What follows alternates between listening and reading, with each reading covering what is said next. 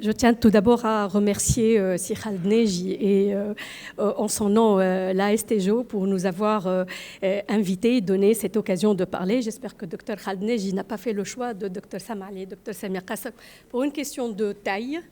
Donc j'espère que c'est pour autre chose. Et je pense que je suis là avec Dr Samali parce qu'elle fait partie du comité de diagnostic anténatal au niveau du centre de maternité. Et moi-même, je suis la coordinatrice du staff de diagnostic anténatal avec aussi tous les présents ici, avec tous les différents chefs de service au niveau du centre de maternité. Et je tiens aussi à préciser le rôle et l'apport de Madame Olfa Zargouni, qui est sage-femme et qui est coordinatrice avec nous du staff de diagnostic anténatal. Et donc là, on va essayer, je dis bien essayer, d'apporter quelques petites réponses aux différentes questions posées pour cette thématique d'agénésie du corps calleux au niveau du staff de diagnostic anténatal. Et donc là, je cède la parole à mon ami, Dr Samali. Bonjour tout le monde. Donc, tout ça a été dit. On sait tous que c'est la malformation cérébrale la plus fréquente en anténatal. Elle peut être soit complète, soit partielle, soit isolée, soit associée à d'autres malformations. Donc, les étiologies ont été détaillées par Dr Qarawa, essentiellement les causes génétiques, infectieuses, toxiques, environnementales et métaboliques. Donc, on a dit qu'elle peut être isolée ou associée à d'autres malformations cérébrales ou extracérébrales qui sont de sévérité variable. Et au sein du staff du diagnostic anténatal, on doit définir si cette agénésie elle est isolée ou associée parce que ça va conditionner le pronostic et c'est la clé du pronostic fœtal. Donc, quand est-ce qu'on dit que l'agénésie est isolée? Dr Qarawa en a parlé un peu. Donc, il faut que l'imagerie est normale en dehors de l'agénésie du corps calleux, échographie IRM. Il faut avoir un karyotype normal, mais malheureusement, le karyotype à lui seul ne permet pas de dire qu'on n'a rien sur le plan génétique. Il faut compléter par une ACPA ou la CGH, plus ou moins un exemple, bien sûr, si on a les moyens. Il n'y a pas d'antécédents familiaux ou personnels qui sont évocateurs, sinon on va compléter par l'IRM des deux parents si on a une histoire familiale qui est évocatrice, pas de consanguinité et on a une grossesse qui est de déroulement normal. Bien sûr, pour les cas d'agénésie qui est associée au complexe, généralement le retentissement fœtal il est important. On a un retard mental, une épilepsie, des troubles de comportement, des signes qui sont liés au syndrome ou à la pathologie sous-jacente. Généralement, l'interruption médicale de la grossesse elle est acceptée si les parents sont demandeurs. Le problème se pose pour les agénésies qui sont isolées. Bien sûr, il y a une incertitude du pronostic qu'on sait tous. Et j'insiste sur le fait de parler d'une agénésie qui est en apparence isolée auprès du couple et non d'une agénésie qui est isolée. Pourquoi? Parce qu'on a, selon les études, un taux d'erreur de 10 à 20%. Donc en postnatal, il y a des agénésies qui s'avèrent associées à d'autres malformations et qu'on a pris pour des agénésies isolées en prénatal. Pour les agénésies qui sont isolées, le pourcentage, 70% d'intelligence normale, et 27% d'intelligence limite, pas mal. La majorité des études sont concordantes. Le quotient intellectuel il est normal dans 2 tiers des cas, quelques risques de troubles cognitifs. 60% ont une évolution favorable, mais bien sûr, il y a le risque de troubles de comportement, le trouble de langage, le développement. Et une lueur d'espoir de l'équipe de l'Université de Genève qui parle d'une certaine plasticité neuronale spectaculaire en cas d'agénésie du corps calleux. En l'absence de ce pont entre les deux hémisphères, il va se créer un certain nombre de connexions remarquables à l'intérieur de chaque hémisphère qui va donner davantage une plasticité cérébrale. Donc il y a une incertitude de devenir pédiatrique qui demeure la problématique actuelle et les informations délivrées au couple ne peuvent s'appuyer que sur les données les plus récentes, bien sûr. Que pense la majorité des parents? Ils pensent qu'il y a un handicap, qu'il soit moteur ou mental, qui va être une cause d'exclusion de notre société, qu'il y a une difficulté à l'acceptation sociale dans la vie au quotidien et l'intégration professionnelle. Cette situation, qui est accompagnée par l'incertitude du pronostic, illustre la décision des parents qui souhaitent interrompre la grossesse. Et là, je veux juste souligner le fait que... Il faut faire attention à ce qu'on dit aux parents parce que généralement la décision des parents va dépendre en grande partie de ce qu'on va leur expliquer.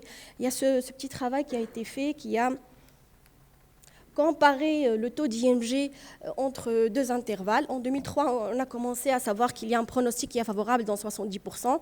Et en donnant l'information de ce pronostic favorable, il y a eu une baisse remarquable de taux d'IMG. Donc, il faut faire attention à ce qu'on explique aux parents.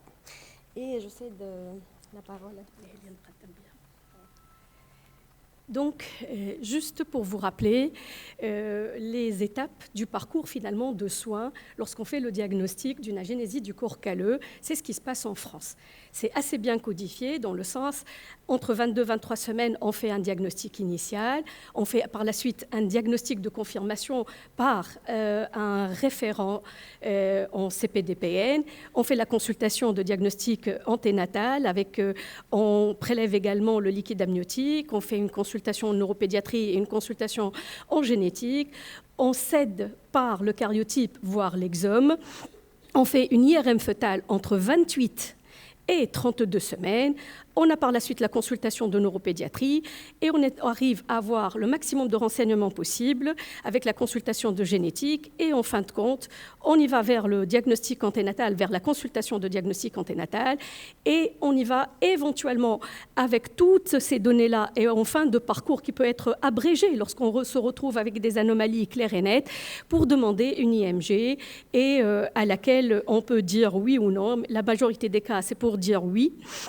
Et ça peut être même à des âges gestationnels assez avancés parce qu'en France, le texte de loi, il est clair et net et on va parler de féticide. Alors, que faire face à une agénésie du corps calleux, notamment quand elle est isolée, en Tunisie, sur le plan éthique, et que dit la loi dans ce sens ? Donc, en Tunisie, on a un texte de loi qui est l'article 214 du Code pénal tunisien. Et donc, je précise bien, c'est le Code pénal. Ça s'intègre dans le chapitre homicide. Et cet article-là, il fixe les conditions finalement de l'IMG en disant qu'elle est permise lorsque la santé de la mère ou son équilibre psychique risque d'être compromis par la continuation de la grossesse ou encore lorsque l'enfant à naître risquerait de souffrir d'une maladie ou d'une infirmité grave. Donc on vous a souligné exprès le mot risquerait et le mot grave. Alors, on sait très bien que les moyens, même s'ils sont en train de s'améliorer en ce qui concerne les explorations échographiques, cytologiques, biologiques, il y a une marge d'erreur qui est inévitable. Et cette marge d'erreur, elle est couverte par le texte de loi parce qu'on parle dans tous les cas d'un risque pour les fœtus. Donc cette marge d'erreur, elle est permise. Mais éthiquement parlant, la question qui se pose est de savoir à quelle limite fixer le risque. Tout à l'heure, Dr Krawa parlait de 70 à 80% de bébés qui vont être normaux ou proches de la normale, et on a 20%. 20% pour vous, pour moi, pour les parents, ce n'est pas la même chose. Comment raisonner ? Ce n'est pas toujours évident. À partir de quel seuil peut-on parler d'une forte probabilité que l'enfant soit mal formé ? Une forte probabilité de malformation justifie-t-elle l'interruption d'un nombre même minime de grossesses normales ? Je n'ai pas de réponse à ces questions-là. Éthiquement parlant encore, pour les erreurs de diagnostic, et on va être dans l'obligation, il y aura des possibilités d'erreur dans le diagnostic conduisant à la naissance d'enfants mal formés ou interrompre la vie du fœtus normaux. Ça ne peut pas engager la responsabilité du médecin qu'en cas de manquement à l'obligation de moyens ou à l'obligation d'information des parents sur ce risque de diagnostic, et la loi, elle est claire dans ce sens. Pour étayer également en matière d'IMG, j'ai fait un peu de recherche en ce qui concerne l'avis des juristes, parce que jusque-là, on s'est appuyé sur les avis des médecins. Et il y a un avis de la CNEM en 2012 qui a parlé de l'IMG en abordant même le féticide, mais cet avis en 2012, ça s'est basé sur les réflexions des juristes. Et donc, j'ai trouvé ce bulletin d'information numéro 46 effectué par l'Association tunisienne de droit de la santé. eh ben, on revient à cette loi de 2014 et qui parle de sa possibilité en Tunisie. On parle d'un risque et donc pour le nouveau-né à naître d'une maladie ou d'une infirmité grave. Et on aborde la réflexion en ce qui concerne l'IMG. Je vous lis un tout petit peu l'IMG et le féticide. Donc, je vous lis un peu cette partie du texte. Si on y réfléchit bien, le gynécologue pratiquant l'IMG n'a pas vraiment le choix.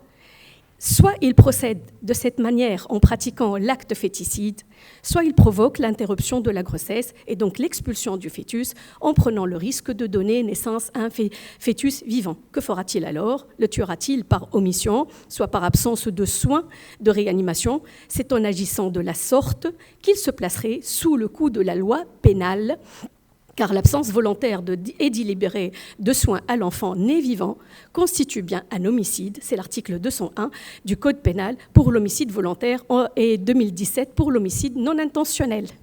Donc, si on résume, il y a lieu de faire le féticide, et ça, c'est la réflexion des juristes.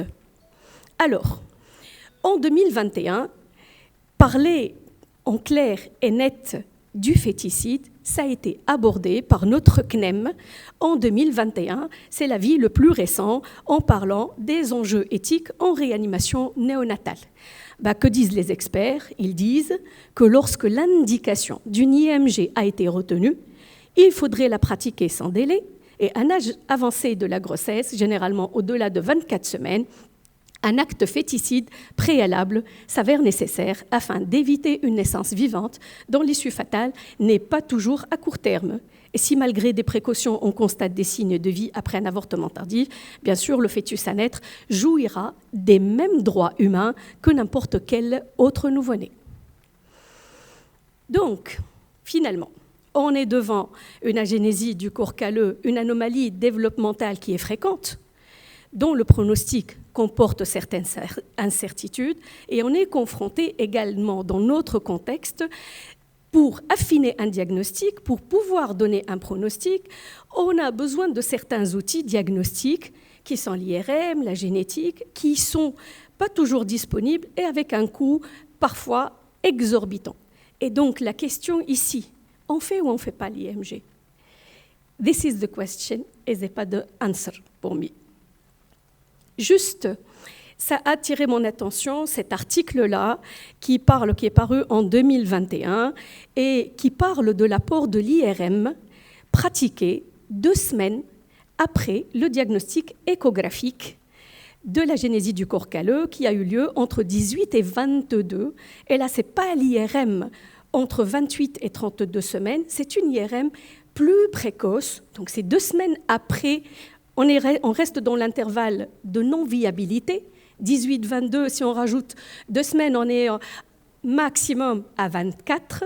Je rappelle juste que les limites de viabilité admises actuellement dans notre contexte et décrites par le CNEM, c'est entre 25 et 26 semaines. C'est la limite de viabilité ici en Tunisie, c'est clair et net aussi, c'est écrit noir sur blanc. Et avec cette IRM qui est pratiquée dans ces délais-là, c'est ce que Dr Krawa a rapporté tout à l'heure, c'est qu'un fœtus sur 10, on arrive à avoir des lésions, à détecter des lésions qui n'ont pas été décrites sur l'échographie. Et donc, je pense que ce n'est pas du tout mal d'avoir encore un surplus d'arguments pour donner un pronostic. D'accord? Donc, et c'est une autre étude également avec un plus large effectif qui dit la même chose et avec un bébé sur 10 pour lequel on arrive à se prononcer beaucoup plus facilement. Donc, en conclusion, il n'est guère de parcours certain en prénatal. Le doute, les questions font partie de ce parcours. La discussion multidisciplinaire, elle est primordiale, ça ne fait aucun doute. Le but est d'accompagner, informer, entendre et respecter la décision des parents, dont bien sûr le respect de la loi et de l'éthique. Merci. Merci.